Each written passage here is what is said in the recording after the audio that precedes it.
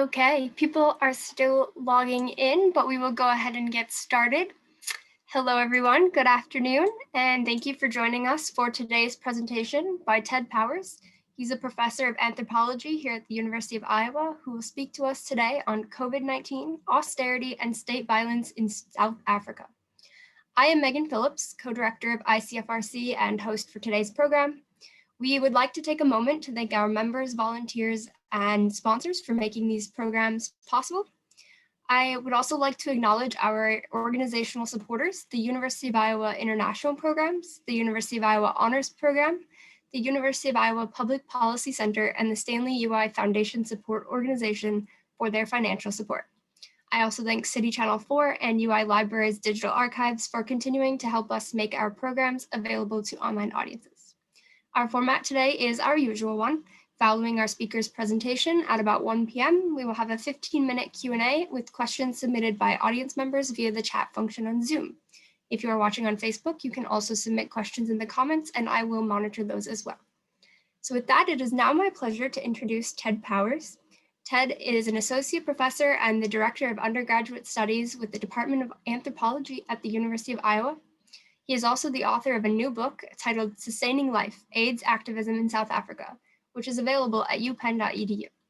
Following COVID-19's arrival, the South African government has implemented a restrictive state-led response to the pandemic, limiting infections along with the survival strategies of those at greatest risk of illness. While the country's aggressive tactics toward the epidemic have been lauded by some, the public health response has taken a violent turn toward the country's historically marginalized Black population. How are we to make sense of the ruling African National Congress decision to utilize the South African state's capacity for violence towards poor and working class Black urban communities? And how can this disease response be contextualized within the border arc of South African history? So Ted is going to talk to us on that today. And with that, please join me in welcoming Ted Powers. Thanks to Megan for that nice introduction, as well as to everyone joining me today. I know it's a very busy week here at the university, and as everyone ramps up for the holidays next week. So I'm going to go ahead and share my screen so that you all can see my PowerPoint presentation. Are you all able to see that just before I get started? Yes. All right, wonderful. So in terms of this presentation and its context, I think it's always important to help situate the work. Sorry, Ted. Before you get started, we can see your open PowerPoint, but not like the slides. There we go. All right, thank you.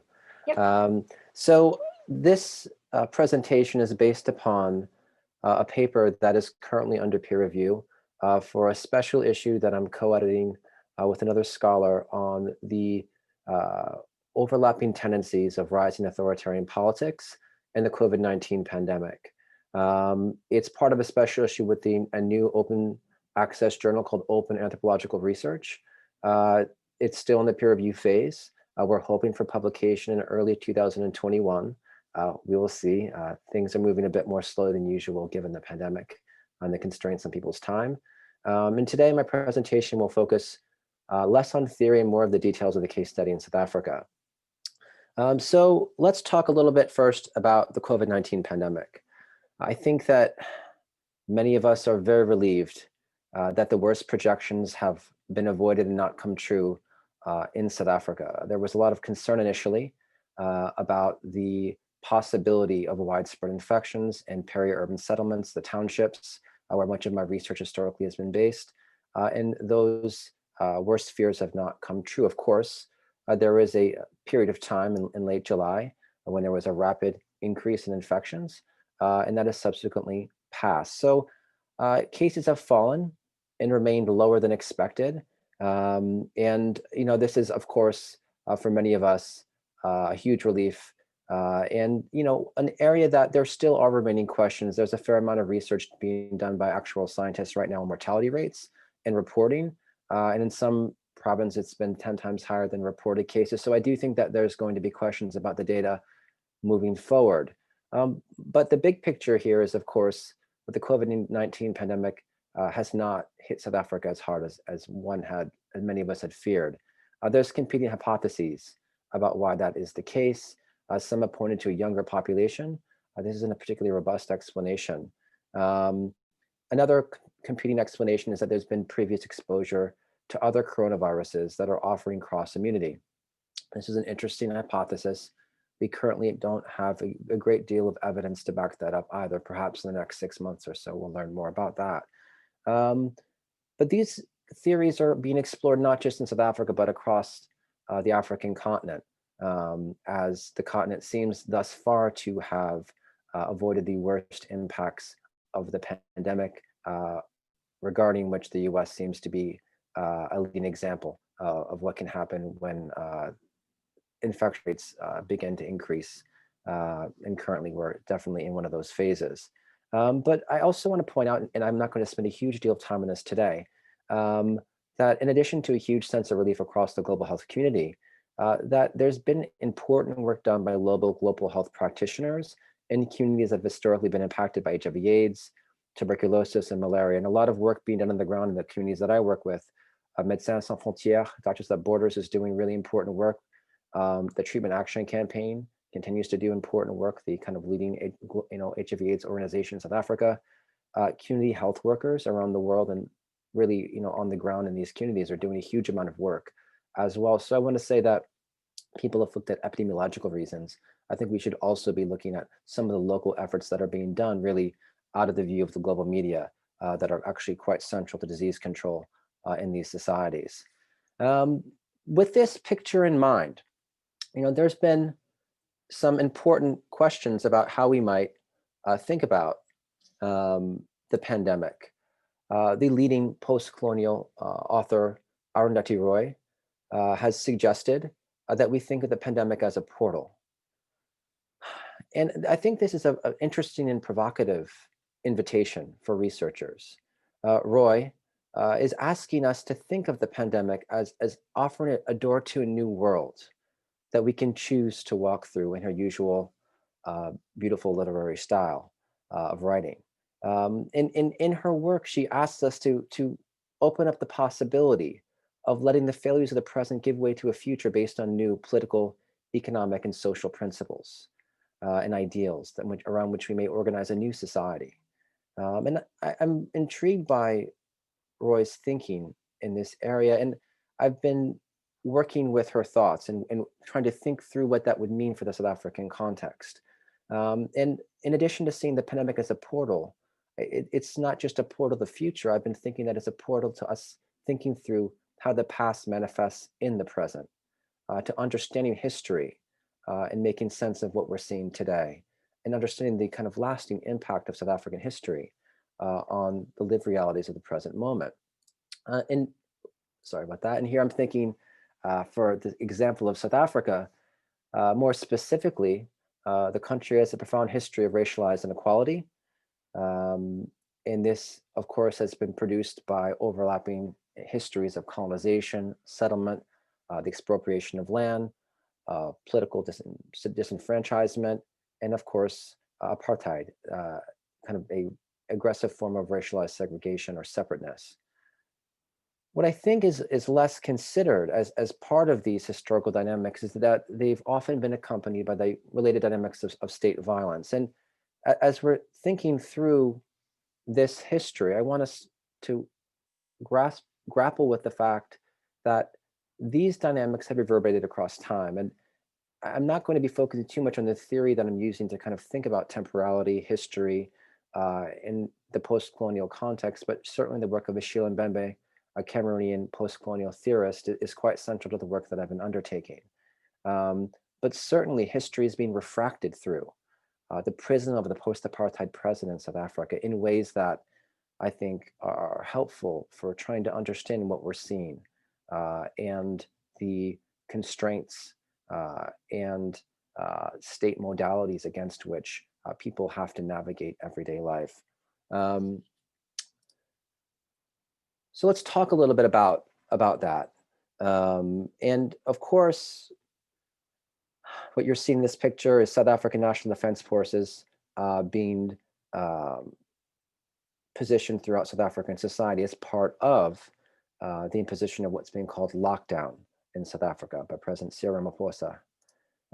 Now, it's important to note that South Africa adopted one of the world's most stringent uh, responses to the COVID-19 pandemic. The first case was reported on March 5th of this year. Within weeks, lockdown had been implemented in South Africa. And really this restricted movement only to kind of really necessary personnel, health workers, etc.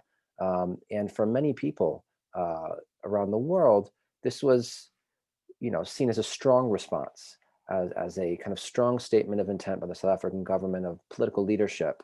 And certainly um, one needs to think through that kind of framing relative to the currents of history of the kind of colonial relationships between South Africa and England, the British Empire, for example, when examining the coverage of this particular period through the BBC News or other related news outlets. In terms of the deployment of security forces, it was quite significant. And it should be noted here that the South African National Defense Forces, or the SNDF, numbered 70,000 across the country, of course, quite centered in urban areas and more specifically, predominantly in Black urban communities that are often historically located along the urban periphery due to the spatial legacies of apartheid. Now, these defense forces worked with local security forces, with the kind of police forces, to implement and enforce the public health measures that were put in place by the ruling African National Congress, or ANC. Now, part of the directive that was issued, the language of it is quite instructive for what follows. Um, SNDF forces were directed to find, fix, and neutralize non-compliers, and to allow harsh measures to take their course, which is language that foreshadowed some unfortunate dynamics. And these dynamics emerged rather quickly. I'm not going into the details of these particular cases due to questions of time, but quite simply what we've seen is repeated examples of excessive and deadly force being used by security forces, both members of the National Defense Forces as well as police. When we're looking at the timeline here, 12 South Africans had been killed by June. Over 300,000 South Africans had been arrested by August. And I just want to point out that implementation of these directives, the stay-at-home directive more specifically, was highly racialized. So wealthier areas of Cape Town, for example, where much of my research is based, residents who would break these directives due to go jogging or whatnot would receive verbal warnings. In the townships, however, their response would be much more severe from security forces. So that's, I think, part of what I'm trying to think through in my work. Of course, this quite authoritarian response by the South African state has led to widespread criticism of the ANC and the kind of ruling cadre at the moment within South Africa. Certainly there's been a series of editorials in the Mail and Guardian, the kind of South African weekly that's known for kind of to being a leading outlet for journalism. Also, the Daily Maverick is another website where there's been a kind of a leading source of investigative journalism in the country that has been quite critical of this response, as well as from across civil society. Certainly internationally, the tone has begun to shift as well. But as we engage with the COVID-19 pandemic and lockdown and how it's enforced differentially in South Africa, this led me to kind of pose some research questions, which Megan had you helpfully brought up at the beginning of the introduction, so I won't read them here again.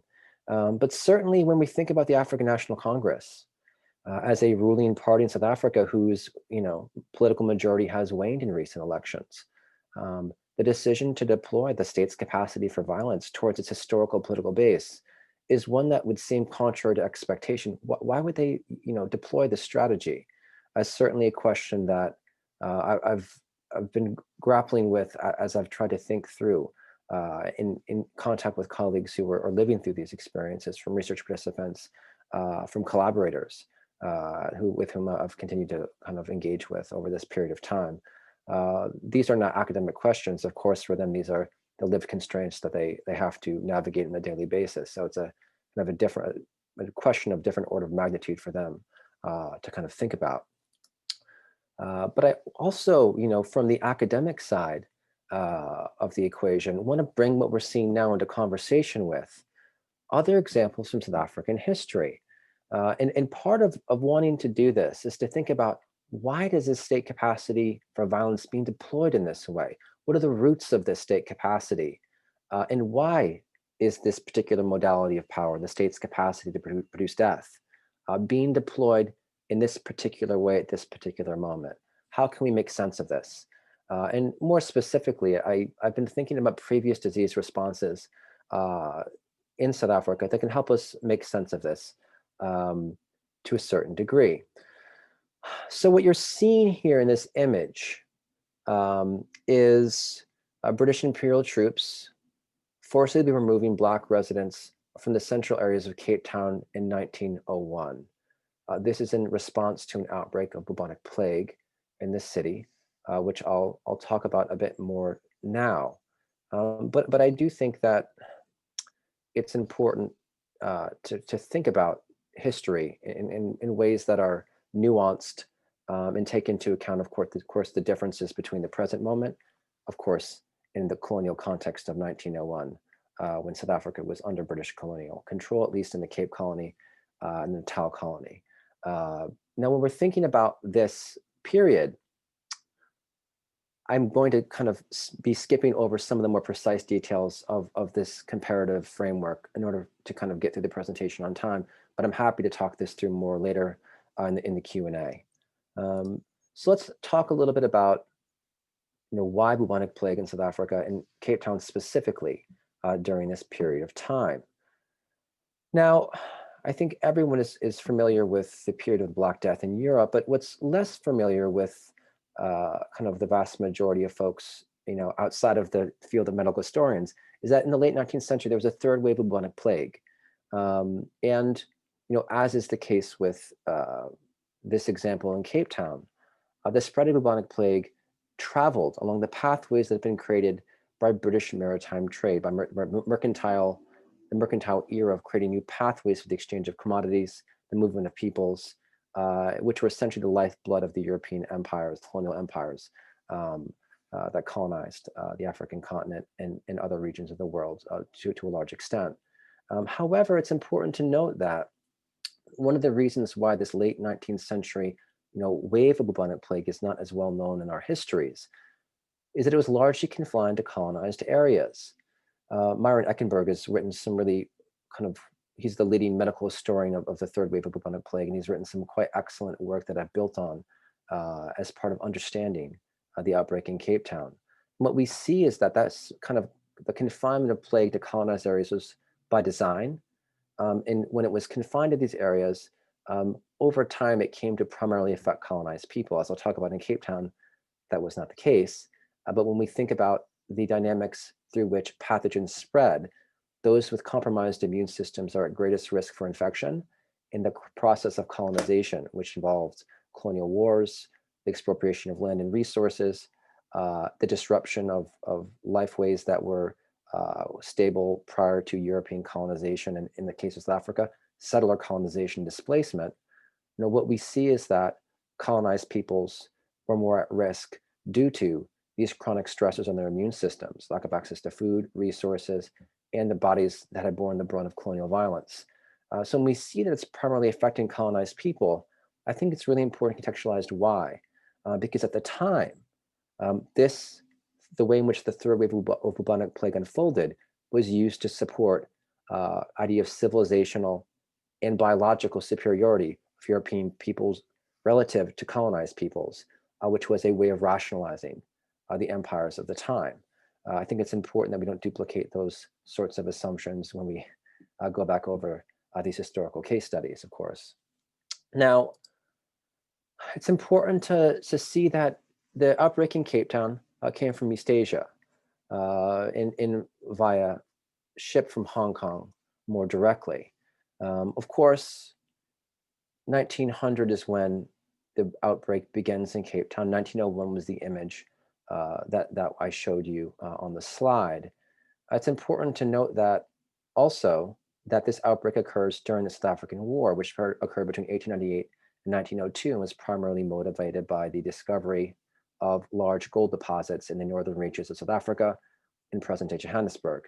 I think we should always use discovery and inverted commas, because of course, there's a long history of gold mining in the region that predated the uncovering of large gold deposits by European settlers at this time.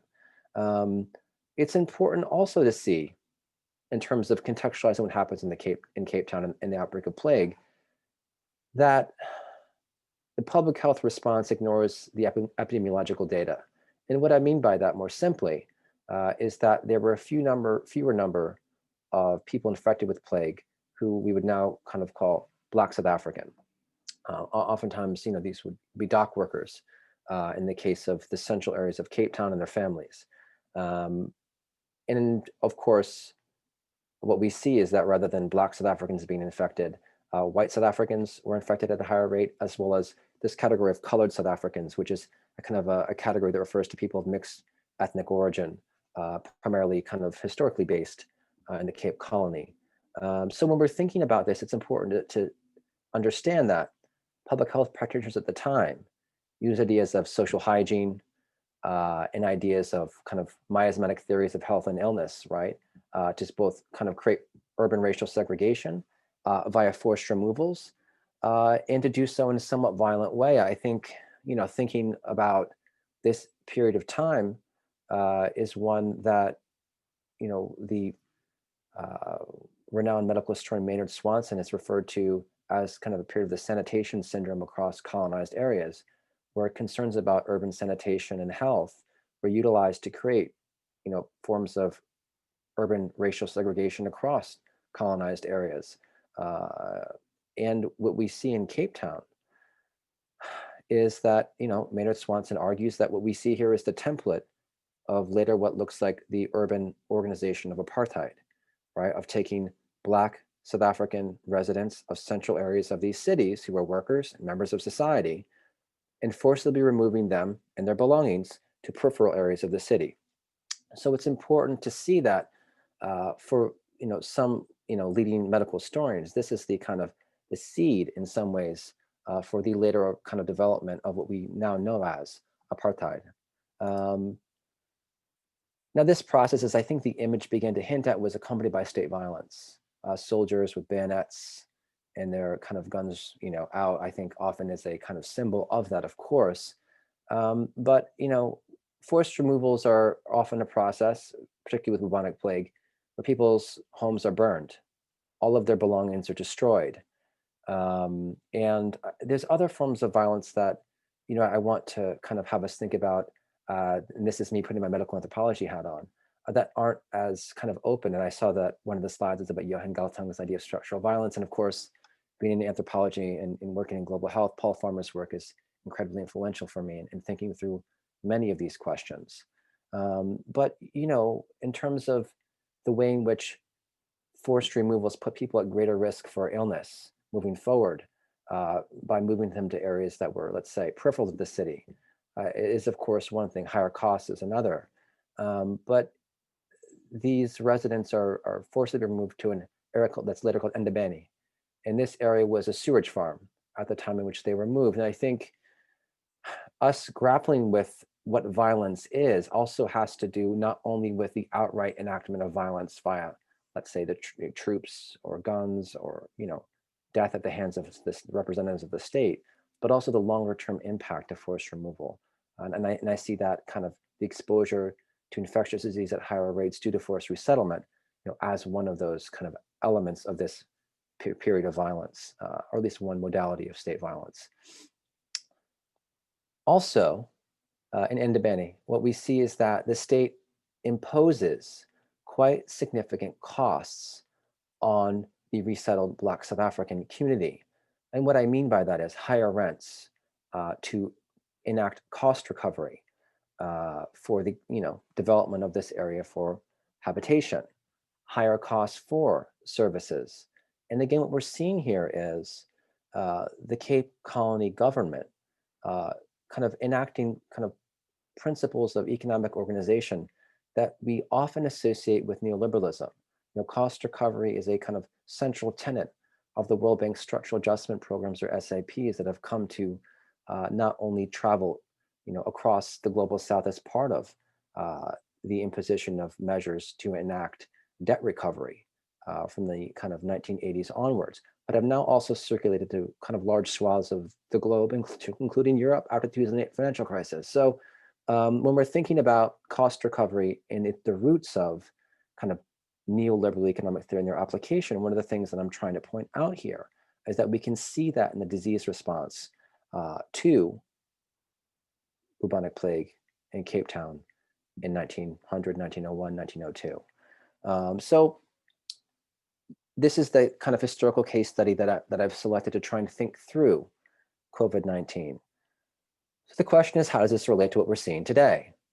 And when we're thinking through the contemporary moment in South Africa in general, I think it's impossible to think about questions of care and inequality without thinking about race, ethnicity, and of course, austerity, or the kind of process through which cuts are implemented to social services for the purpose of, let's say, paying back debt that's incurred by the fiscus, by the state.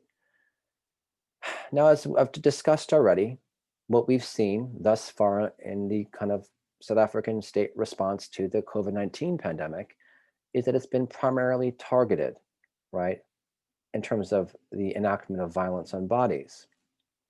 It's been targeted towards, poor and working class Black South African communities. We can also see this in the economic sphere. And what I mean by that more specifically is that lockdown really prevented many people from engaging in wage labor. And what we've kind of seen is that there's been a kind of racialized and gendered impact from that, because certain forms of work, right, one can enact those in different sorts of ways, such as folks in the academic sphere are able to continue to do their work utilizing Zoom to a certain degree, whereas those who are working in the informal sector, maybe selling wares in the market, this is not possible to do using kind of online technology. And in fact, those technologies are unequally distributed in our own society and around the world, which may make these sorts of pathways not possible for those in the lower socioeconomic strata in South Africa, and indeed it has. So when we're thinking about this particular period of time, it's important to note that it's been heavily race and gender, meaning that Black South African women working in the informal sector have borne the brunt of a lack of access to work. And some research during the kind of early phase of the epidemic that's been recently published, found that, women who are working in informal employment, their ability to work decreased by 49%. And, their ability to earn a living, of course, decreased in corresponding ways. For men, it was only 25%, right? So we can see that even within the informal economy, right, the impact has been, highly differential. When it comes to households and food, the impact of lockdown was immediate. In April, kind of the early phase when research is just now being published on this, the number of households that ran out of food that month doubled from the previous year. We have households living in quite precarious circumstances. They're living week to week, day to day in terms of access to food and resources. And when we're thinking about those numbers, but prior to the COVID-19 pandemic, 1 in 3 South African children were undernourished. So it's important to understand that folks had to resort to desperate measures within just a matter of weeks, because they just simply did not have the means to sustain themselves without access to wage labor or the informal economy to be able to kind of garner the resources necessary for survival. So, lots of stories about, parents just not eating to feed their children, folks having to kind of scavenge for plants to eat. And of course, not all responses have been peaceful. Food riots were occurring by mid-April. So when we're talking about lockdown and its effect, I think one of the things that we have to keep in mind here is that socioeconomic inequality means that a large number of South Africans live in quite precarious social circumstances still, and that's a legacy of history and inequality that in many ways the ANC is still trying to find ways to address, and the COVID-19 pandemic, of course, is exacerbating these.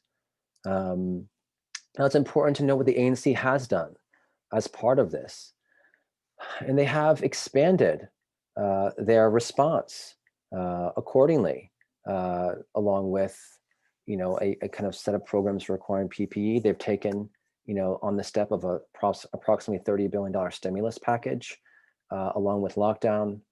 And it's important that they kind of establish a monthly grant system for those who are without work, who are not receiving government support already. Of course, $19 for the month is much less than $1 a day.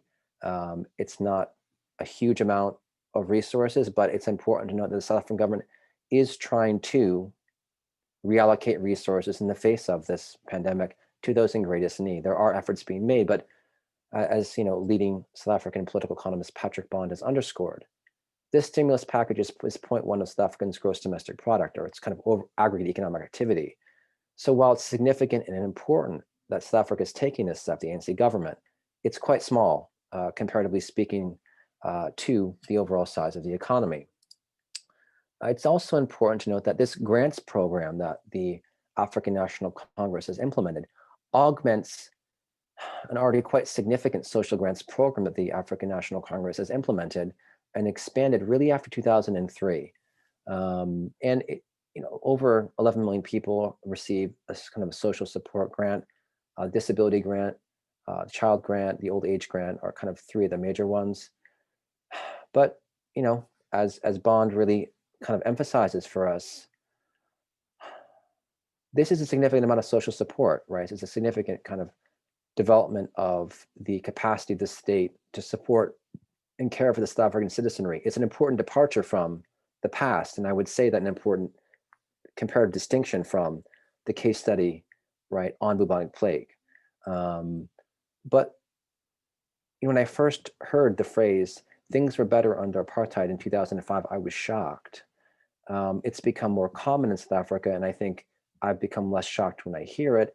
And of course, economists doing research in the country have talked a lot about that. While these processes of redistribution are important in a kind of transformation of the state to sustain life, they have not been sufficient to meet the level of need in South African society. I mean, Bond points out that support for mothers raising children has dropped significantly in real terms from the 1980s to the contemporary moment. So when we're thinking about the COVID-19 pandemic, and we're thinking about what the state is doing, the state is really doing two different things here that I want us to think about in a little bit more depth.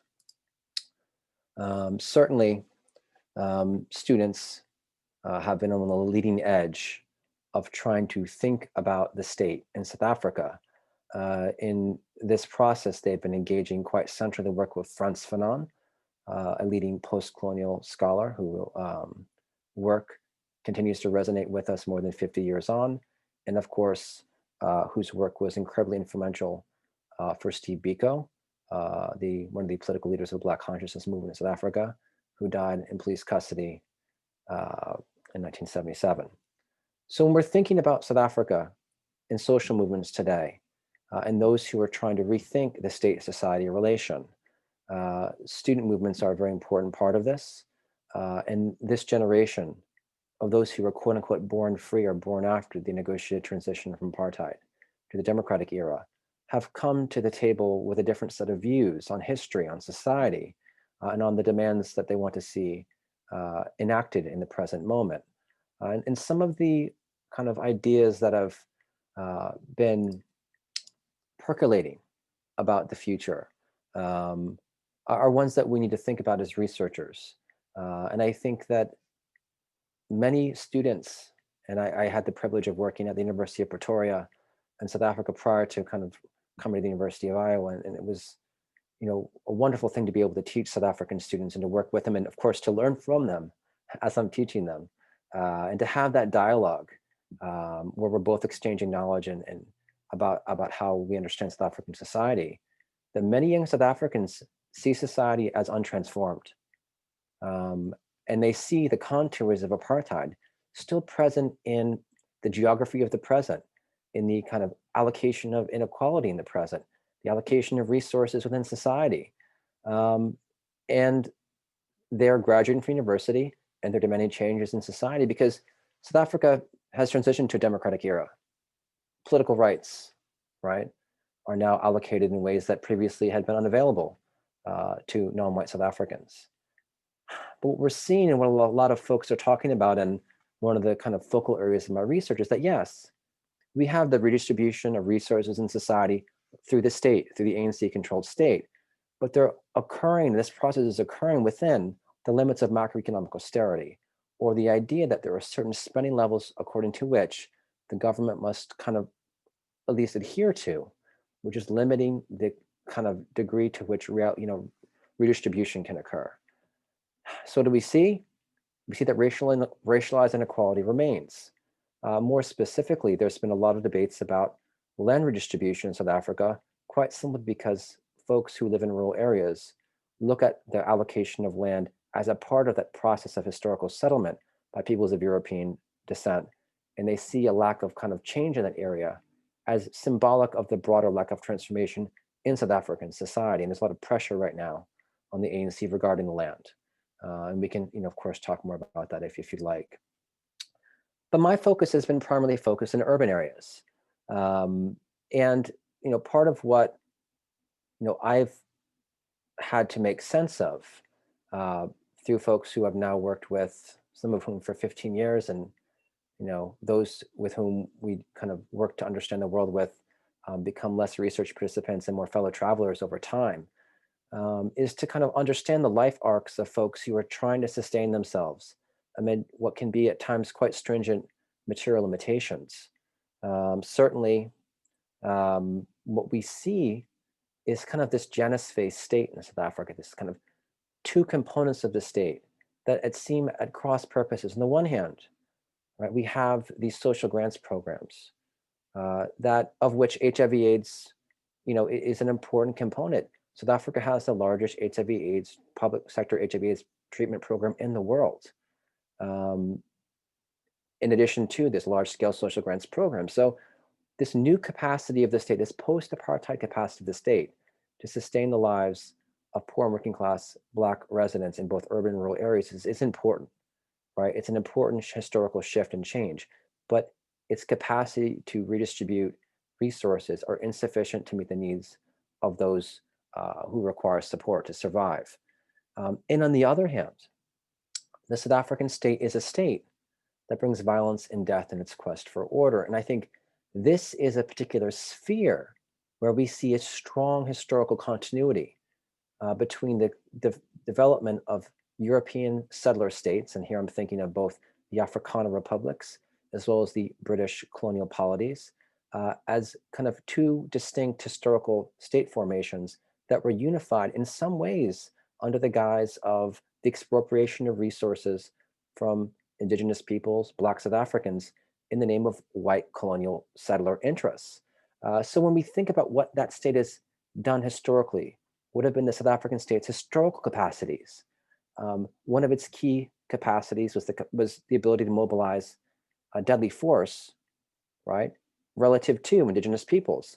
And of course, I think these are questions about the state and police and violence that are not unique to South Africa, but perhaps we can think of some of these dynamics relative to our own society as well as part of this conversation.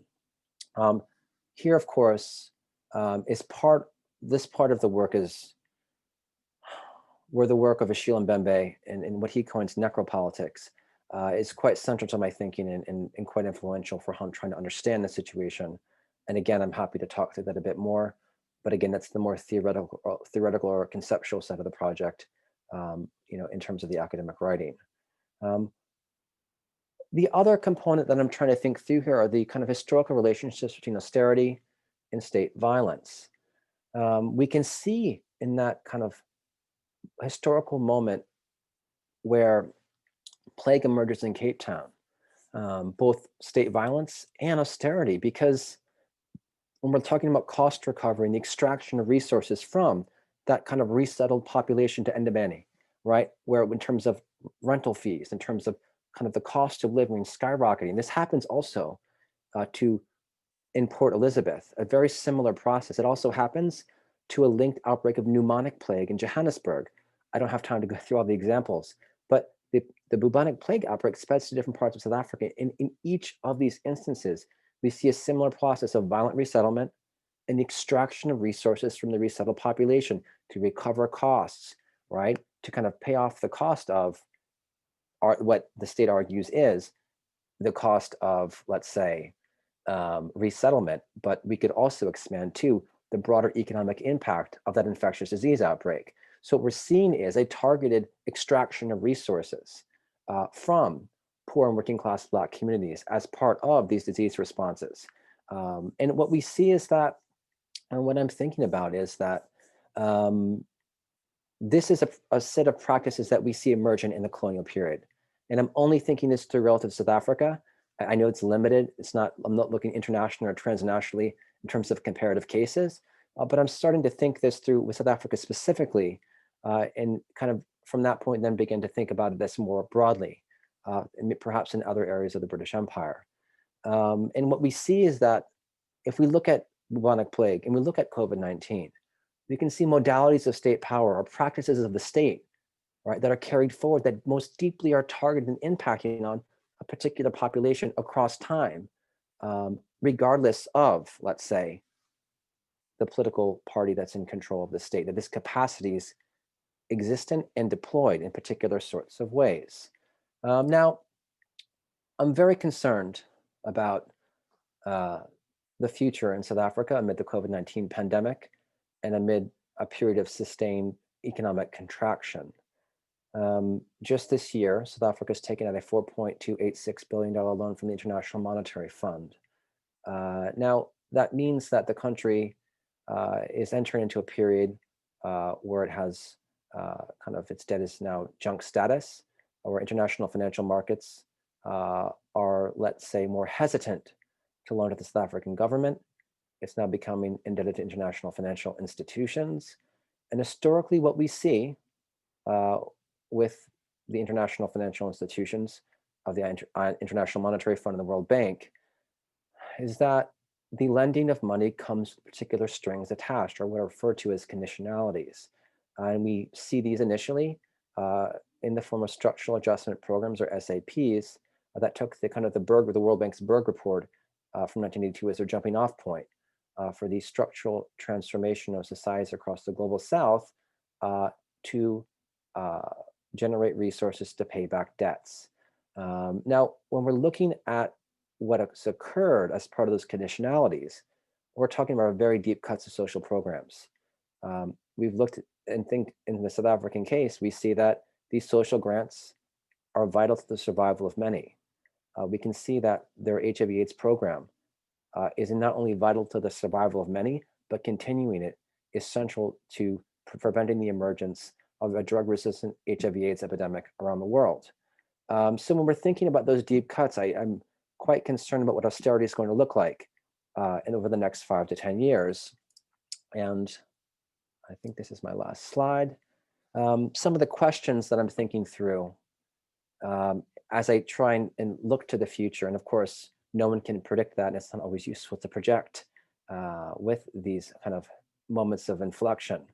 But one of the questions that I'm having to really think a lot about is how might the South African state respond to increasing desperation and material deprivation in the country's Black urban communities moving forward, as austerity, continues to kind of be implemented to kind of pay back these debts.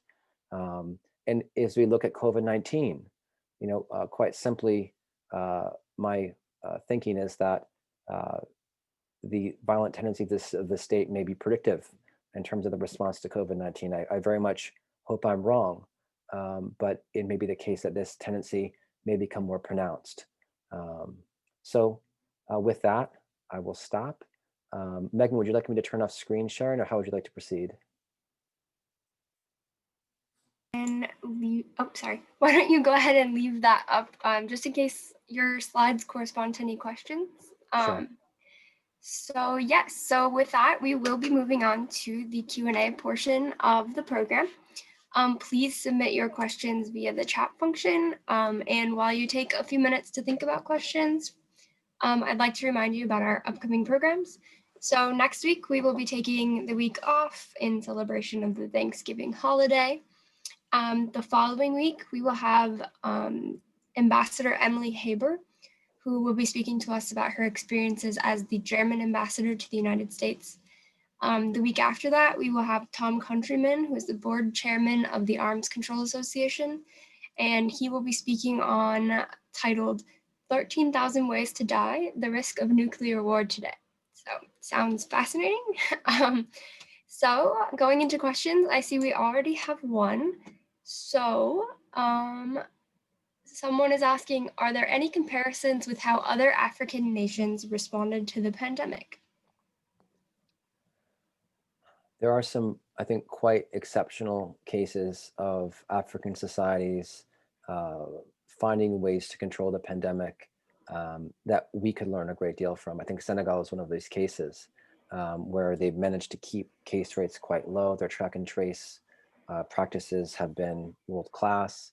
And I think there's many examples of this even during the Ebola outbreak. Nigeria, of course, controlled the Ebola outbreak, and yet we hear historically very little about that. So I think the first thing to keep in mind is that not only are there comparable cases where another African society has, let's say, controlled their caseload at levels that have, let's say, exceeded expectation, but that I think quite contrary to the way in which we imagine the world, this is a moment when we can learn a great deal from the disease responses that are being implemented in African societies. Um, in terms of the work that I'm undertaking at the moment, it's primarily focused in South Africa and not on those comparative cases due to the historical way in which I'm thinking through the case study. Um, Certainly, in terms of the stringency of this program and its implementation, there are other examples where there's been quite strong responses of the COVID-19 pandemic that were effective. I mean, New Zealand comes to mind immediately on this point. But to my knowledge, in terms of the way in which state violence has been accompanying, right, the COVID-19 pandemic response, South Africa has kind of, well, I wouldn't use the word exceptional in this case because exceptionalism, I think, is never a useful way to think through a national case study. I do think that there are some particular aspects to this that require kind of attention to the South African case in history. So I will be continuing to think about those comparatives moving forward. But I think at the current moment, rather than just simply an academic question, it's perhaps a question that our own government should be attending to. The role of community health workers, their vital role in contact tracing, and to allow some of the practices and ideas that we associate with global health to circulate back into our own society and not simply just be directed to societies across the global south. Great. Okay. So another question from Eric. He says, could you give some detail about the student-led movements? Is there any similarity to the anti-racist and socialist movements we've seen in the US this year? Sure. So the student movements in South Africa really began to emerge in force in 2015 with the Fees Must Fall movement. Part of that movement at the University of Cape Town was the kind of local variant of the Rhodes Must Fall movement, which focused on statues of British colonialist Cecil Rhodes as one symbolic area of lack of transformation within higher education. But what has occurred is that this kind of escalated to a larger set of demands around social transformation. A lot of this has been focused student movements on the academic sector itself, access to university education, access to bursaries. Many Black South African students do not have money for food. This is something that became, very prominently, to kind of came prominent at the forefront during my time at the University of Pretoria. In conversations with students, and it can be very difficult to continue attending university when you simply are not eating, don't have the resources to eat. So as questions about tuition, about room and board, about eating have begun to kind of expand out into a kind of a broader sense of discontent with the ruling African National Congress. And I think that if one looks at the national election cycle and local election cycle in South Africa, it's quite clear that the African National Congress is beginning to lose its electoral majority in South Africa. I do think that there are questions about political alternatives in terms of a lack thereof that folks feel comfortable with. So at the current moment, right, I think there are a lot of debates about this circulation of Black Lives Matter as a kind of a slogan that, and as a kind of portmanteau for organizing beyond the United States. And certainly it has been picked up in South Africa, and as well as Nigeria, where we have kind of a rising kind of student movement, kind of demanding that the Buhari government will stop kind of police violence, as well as kind of work to transform society. And I mean, thinking about this particular historical moment, brings me back to Shilan Bembe's work, which in many ways is about thinking through the tendency for post-colonial states in the African context to, rather than enabling life or to kind of organizing society in its citizenry in ways in which that enable productivity, or Foucault's conception of biopower, to deploy the capacity of the state in ways that enact bodily harm and death, or necropolitics. There's a very oversimplified version of this kind of conceptual contribution. But he doesn't just think about the kind of way in which the state can produce death. And his contribution to debates on sovereignty is, of course, very important. But he also thinks about these moments of emergence of possibility. And I think very much his work is consonant with that of Fanon in this particular area. And I think for Mbembe, these student movements and the kind of emerging in Nigeria, emerging in South Africa, of new generations who are not, let's say, willing to accept, right, the limitations on let's say life possibility, on the possibility for accessing work or a decent life, are now kind of coming to the forefront of debates in society. So what I would say is that the situation is highly fluid, that many right now at the current moment are primarily focused on kind of material sustenance. But we'll see as this kind of context begins to shift, how that unfolds. And certainly I'm hopeful that the ANC will be open to those conversations, and that the response to these will differ from the Nigerian government, which of course over the last 2 months has had quite a violent response to some of the kind of protests over police brutality, in many cases proving the necessity of these types of protests.